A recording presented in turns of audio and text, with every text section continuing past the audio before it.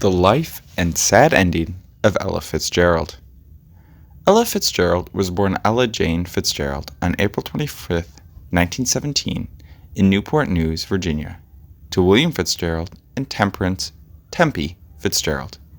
Her parents were not legally married. When she was 2.5 years old, her parents separated.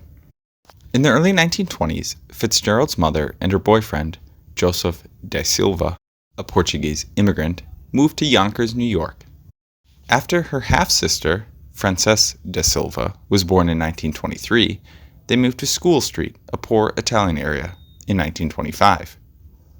Ella began her education at the age of 6. She attended Benjamin Franklin Junior High School in 1929. Since she was fond of singing and dancing, her church provided her with formal music lessons and some piano lessons. When she was 15, her mother died from serious injuries suffered in a car accident. In 1933, she moved in with her aunt in Harlem. Maybe because her stepfather abused her, as speculated by her biographer Stuart Nicholson, Ella never spoke in public about her tormented childhood. Following these traumatic experiences, she started skipping school. During this period, she became involved in minor illegal activities, so the authorities caught her and placed her in the Colored Orphan Asylum in Riverdale. She was soon moved to the New York Training School for Girls in Hudson.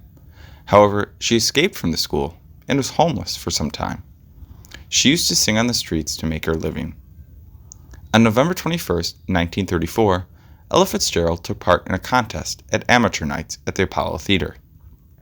She sang Judy and The Object of My Affection and won the first prize of $25. In January 1935, she got the opportunity to perform with the Tiny Bradshaw Band for a week at the Harlem Opera House. During this time, she met drummer and bandleader Chick Webb and started singing in the band. She recorded the songs Love and Kisses and You'll Have to Swing It with the band, which became immediate hits. In 1938, she co-wrote the nursery rhyme A Tisket, a Tasket, which was a major hit, followed by another hit, I Found My Yellow Basket. After Chick Webb died in 1939, Ella became the leader of the band, which she renamed Ella and Her Famous Orchestra. Between 1935 and 1942, she recorded about 150 songs with the orchestra. She also recorded with the Benny Goodman Orchestra. In 1942, she left the band to start a solo career and signed with the Decca label. She also worked regularly for the jazz artist Norman Granz and appeared in his Philharmonic concerts. Later, Granz became her manager.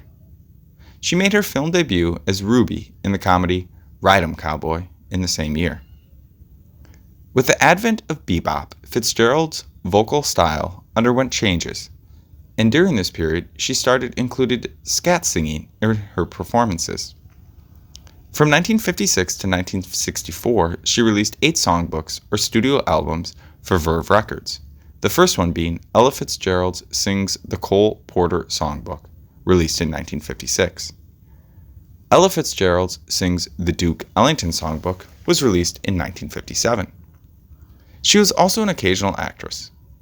One of her most notable film roles was the part she played of singer Maggie Jackson in the 1955 jazz film Pete Kelly's Blues.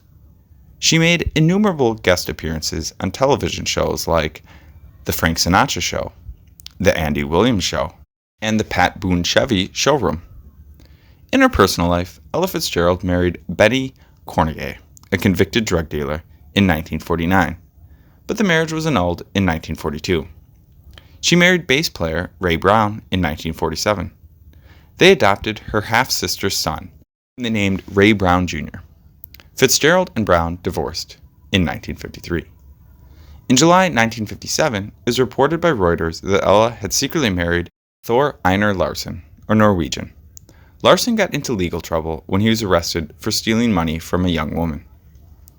Fitzgerald suffered from acute diabetes, which led to various complications. In 1993, both her legs were amputated below the knee due to the disease. Her eyesight was also affected. She spent her last days at home with her son Ray and her 12-year-old granddaughter Elise. Sadly, she died from a stroke on June 15, 1996, at the age of 79. The archival material from her long career is housed in the Archives Center at the Smithsonian's National Museum of American History, and her personal musical arrangements are found at the Library of Congress. And a bronze sculpture of Fitzgerald was installed in Yonkers, where she grew up.